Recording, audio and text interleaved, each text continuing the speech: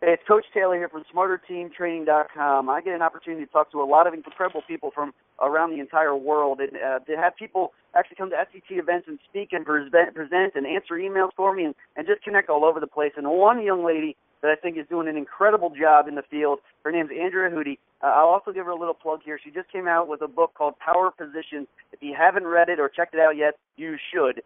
She does an incredible job of giving back to the field. I'm just looking forward to just talking shop, to be honest with you. It's a great time to get an opportunity to connect with her just about once a year at the Juniata College event that Doug Smith does an incredible job of putting on. It's great to call her a friend. So, Andrea, I'm just happy to have you on the phone here and get the chance to share some thoughts and hear some about what's going on with you in your life. Well, I appreciate you having me, and, it's always a pleasure to catch up and talk with you. You do such a nice job, and I hope I add to what you're doing here. Andrea, I know we can add the background and the bio and the incredible list of accomplishments that you've had throughout your career to the description on the radio show here before we even get started into moving further into what you've done throughout your career. But I want to know a little bit more about you as a person. I mean, what has really got your passion going from the field? I mean, how do you get inspired to do what you do and really about what you got going on right now? I was the youngest of 5 kids in a highly competitive athletic family. My brother played football at the University of Delaware. My sisters played volleyball in college. I had another brother who played at IUP football. And, growing up, I was the youngest one, so I was always trying to play catch-up or win. And it didn't happen a lot when I was little because they obviously had an advantage with being older as a child. So a highly competitive family. We had to fight for everything that we got. My parents were educators and coaches at the local high school, and just sitting around the dinner table and talking about higher education, learning, commitment, athletics, and competition. That was just kind of, I feel like strength and conditioning or sport performance is my calling. So I grew up in that area or in that arena, and I was always training with them when they came back from college. My father actually built a weight room under our patio in our backyard, and my brother would come over with his friends and things that both my brothers were doing with their friends in terms of training, and my sisters I would tag along with them and always playing. But training started when I was probably 8 to 10 years old, although I didn't call it training. It was just keep up and see what I could do that they could do and what they were doing for repetitions.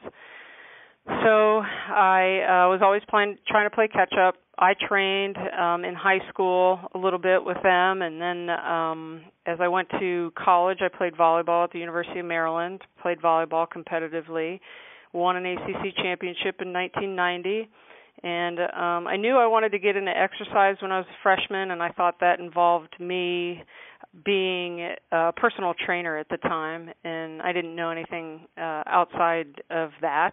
All I knew was personal training. I didn't know actually there were sport performance coaches. So my first coach in college was Frank Costello, who's a legend in his time. I really liked training. I actually, looking back on it, I probably liked training more than I liked volleyball practice. Got into corporate fitness and realized that I didn't like it. People were doing it for insurance reasons and decreasing their premiums. So I got out of that. I taught chemistry at a local high school for a little bit. They needed a volleyball coach, but I knew that I wanted to get into sport performance, and I applied for a position at the University of Connecticut. Worked for Jerry Martin for 9.5 years. Several national championships later, I was hired at the University of Kansas, and now I am the Assistant Athletic Director for Sport Performance with a national championship with Kansas men's basketball in 2008.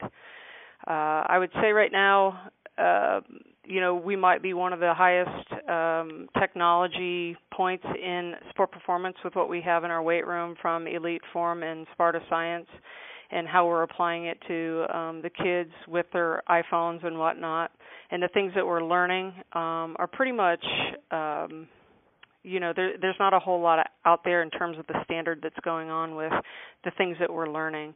They're out there. I think we're putting a lot of things together. So my passion has always been there with sport performance training. I feel like I still need to keep getting better, and we want to be the best. We shared a few things on Twitter before this episode, and we had a conversation last week about when we were going to be able to coordinate our schedules. And a couple people fired back with some questions that I thought I'd like to knock out of the ballpark right here off the bat, if you wouldn't mind. One question was, is there an appropriate progression when implementing Olympic lifts with young athletes or athletes in general? And then how do you identify the weights that you use in your programming? When somebody comes to us, we don't know their training background. They don't know our language. So just as any sport, we treat them as a training age of 0. We want them to learn our way and embrace it.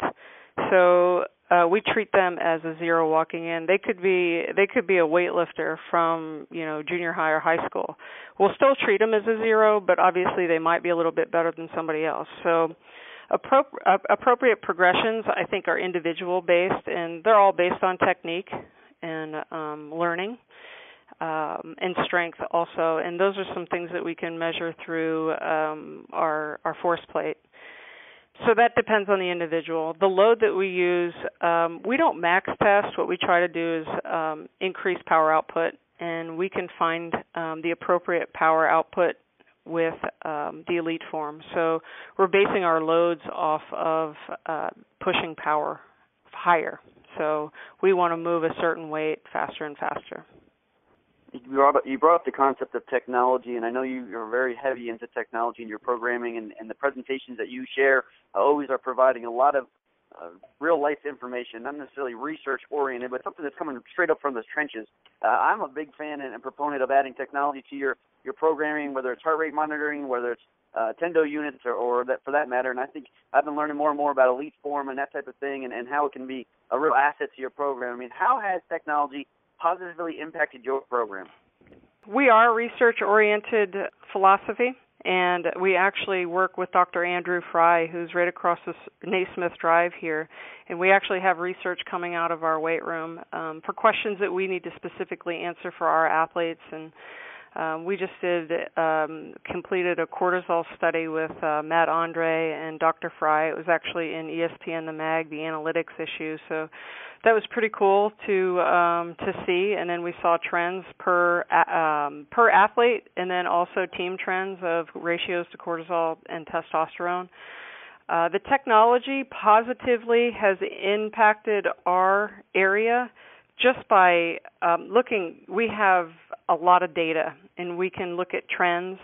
We've done some research too with how much squat power an athlete can lift or how much they can provide, and then we can base on whether their skill level, are they going to the NBA, are they going overseas, or are they not going anywhere in the future to get paid to play basketball. So there's some really cool things that we're doing with the technology, and we can actually put a percent in terms of how well somebody improves in a certain lift. So again, we really don't max. I don't want to say that we don't, but we follow power output, and we can see that increase over an athlete's career. And again, it's on any barbell lift, so that's kind of cool that I can put a percentage to it.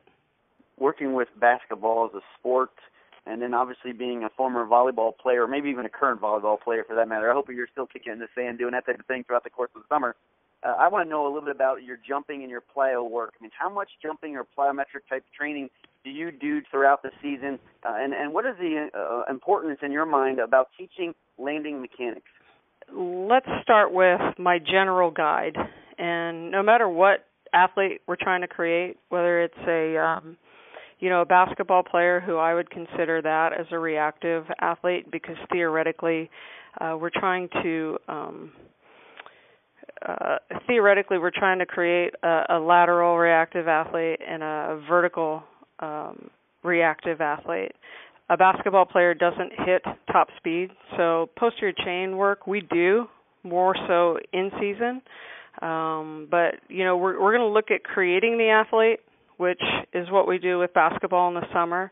Now it's changed a little bit because we can now practice in the summer, so the plyometric load has actually gone down a little bit.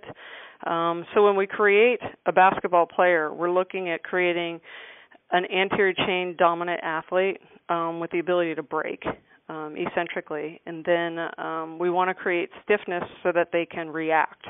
And with basketball, that would be a short response plyometric or an in-depth jump. or a depth jump. When we look at landing mechanics, that's one of the first things that we do, because if somebody doesn't have anterior chain strength or an ability to create stiffness, they're not going to land right. They're going to fall forward. They're going to crumble to the ground, or their knees are going to go in. So there's a lot of things that we learn from landing mechanics with our athletes. So when I create a basketball player, they tend to be in the summer short response plyometrics and depth jumps. That helps with that anterior chain stiffness. And then once the season rolls around, to offset all the short ballistic braking actions that happen on the court, we offset those actions with what we do in the weight room. So it becomes more healthy, longer contractions in the weight room, posterior chain dominant, so we can create this compliance or this healthy, because too much of one thing is too much, and that's how people get hurt. So we're creating the athlete, we're maintaining the health of the athlete, but also increasing power output through the season. And then once the season's done, we just want to create a healthy athlete that then we can recreate the basketball player. So it's this cycle of creating the position, maintaining it, and then creating a healthy one throughout the year. I've been reading, obviously, about the book Power Positions that you have coming out, and I know you're a gigantic component of having research. Again, you just knocked off a couple different studies that you're being involved with personally.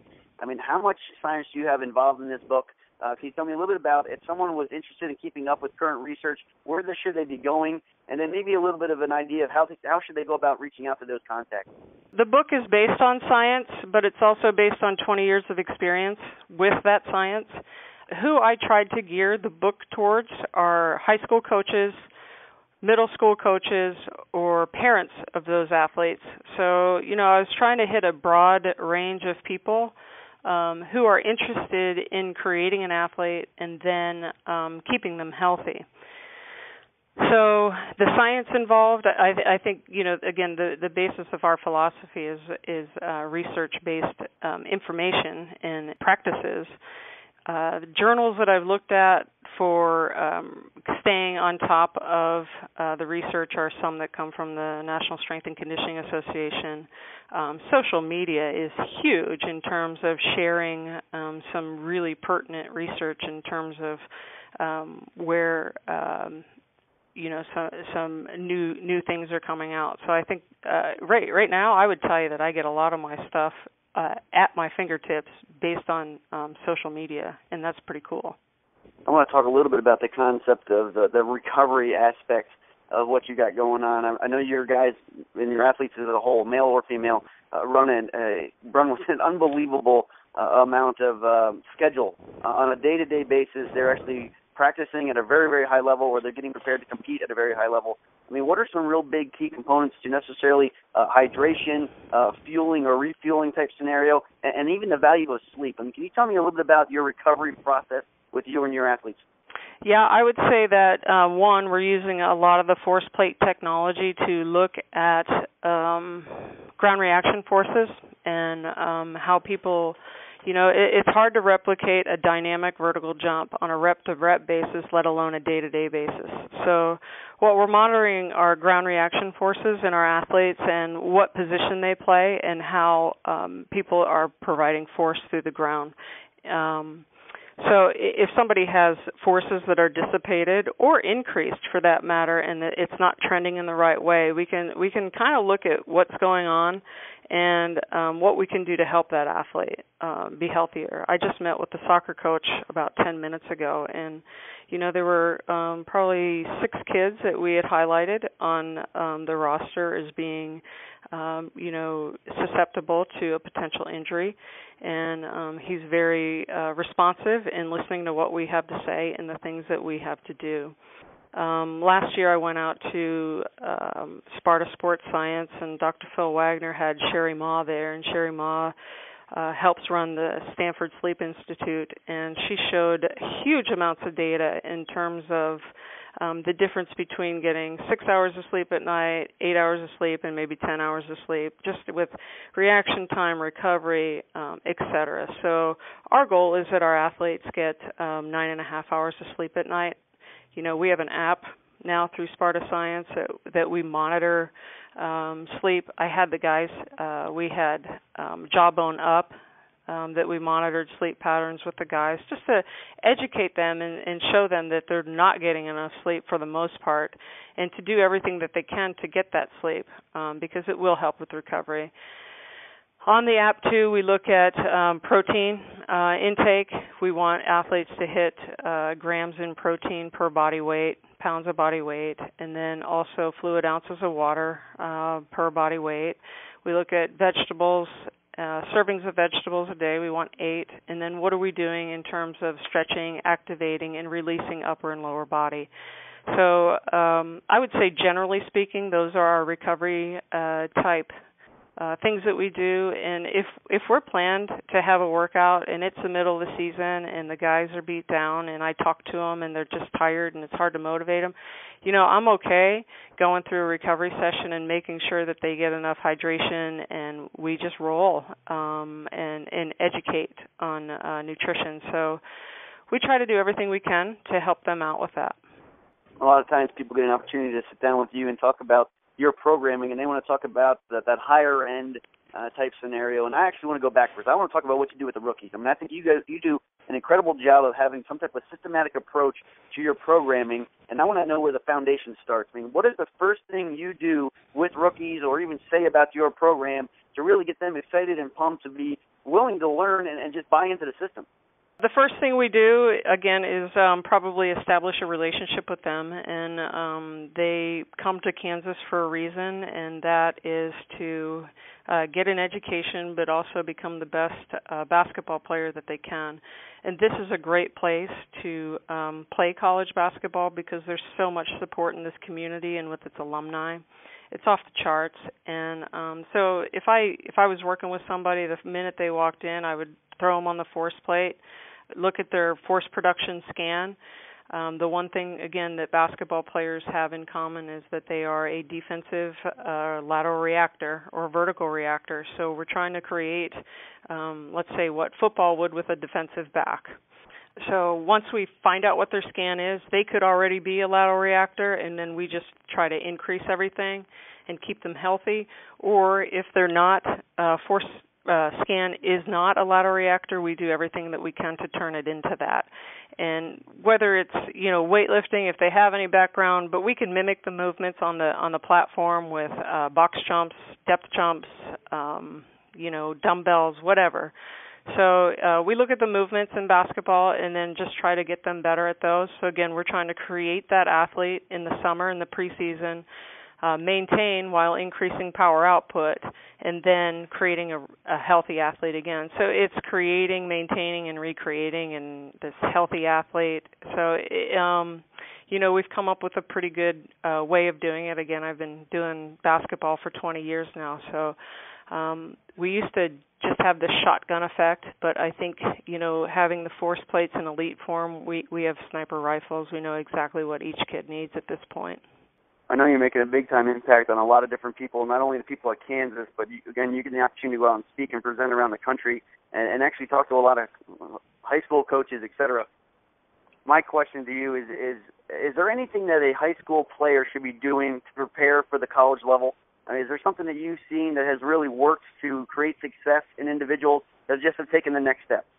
There's a lot of camps that come through here, and we work with a lot of high school age kids.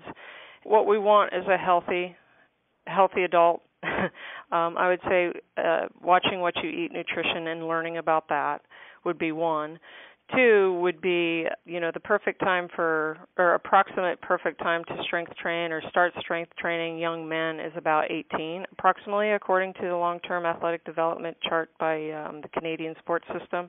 And for women, it's about 15. So increasing overall strength, I think, is important, but you don't want to lose any kind of tissue health.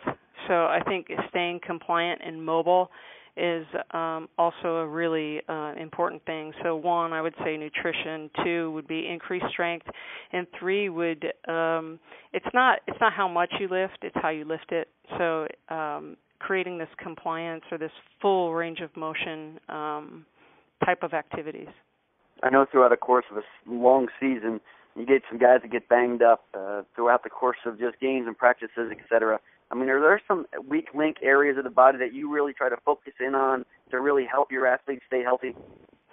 If it's a basketball player in particular, again, force comes from the feet through the body. So if it's a basketball player, we want to look at the ability to brace. Can you create inter-abdominal pressure and brace against moving laterally or vertically through the torso? So the ability to maintain strength through the torso, I think, is huge. Any kind of posturing effect.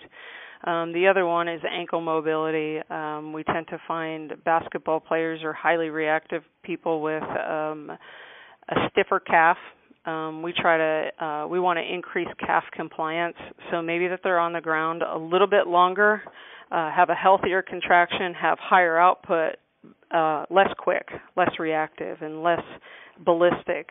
Quad strength, I think, is really important for a basketball player, too, because you're constantly braking. You're constantly braking to change direction. They're constantly backpedaling, and you're constantly jumping. And I think the ability to load into the ground is huge. And maintaining mobility, joint mobility, I think, is important for basketball. Going back to the Q&A kind of scenario that we put up on social media just to inspire some questions from people who are listening into the show or wanted to find out more about what you had going on specifically. They wanted to ask a question about the concept of core training or core conditioning. I mean, how do you define core training, and how are you addressing it in your program?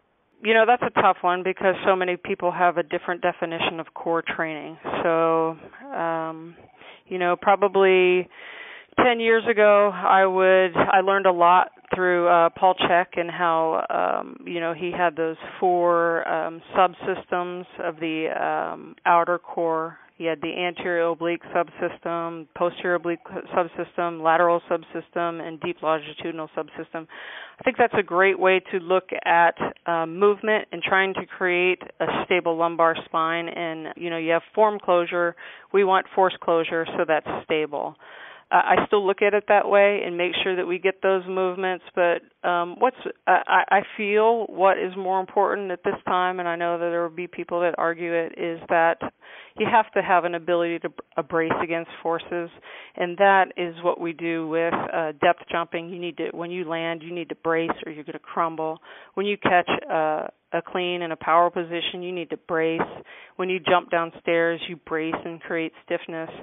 Last year I was riding my bike and I got hit by a car, and it hit me in my knee and my shoulder, and it didn't even come close to hitting my torso. But, that impact on my knee and shoulder, it whipped me in the other direction, obviously, and immediately, as soon as I got hit, I knew I had an inability to brace against that car and create stiffness in my torso. I threw my back out. But I was a volleyball player, so mid-flight I knew I had to be compliant and roll out of the contact with the ground. So I didn't leave with a scratch on me, but, man, I threw my back out pretty good. So that bracing ability, I think, is really important. I know, again, you get an opportunity to make a big-time impact on the field. You get an opportunity to now write books. I don't know how you find time in your busy schedule to get it all done. But my question to you is, what kind of motivational message do you have for the individuals that are trying to come up in the field, to the young coaches out there that are trying to inspire greatness in others, and really what really kind of just motivational message you share with your staff on a regular basis to just inspire greatness in them? I think persistence, knowing who you are. Don't try to be somebody else. Know what your core values are. When you look at hardworking, persistent, having integrity, who are you as a person and what can you teach somebody, I think is huge motivation, because it's hard to be somebody you're not for somebody. That's just a little bit awkward. So being who you are, being persistent. I fail on a daily basis, and I've been told no for every job that I've ever had. So I just expect obstacles anymore. You don't get too high, you don't get too low. I think on those wins, celebrate them, but only for a little bit, because there's going to be somebody there that's going to, make an obstacle for you. So celebrate the wins for sure. Overcome the losses, learn from it, and don't be afraid to make a mistake. And when you do, learn from it and just get better every day.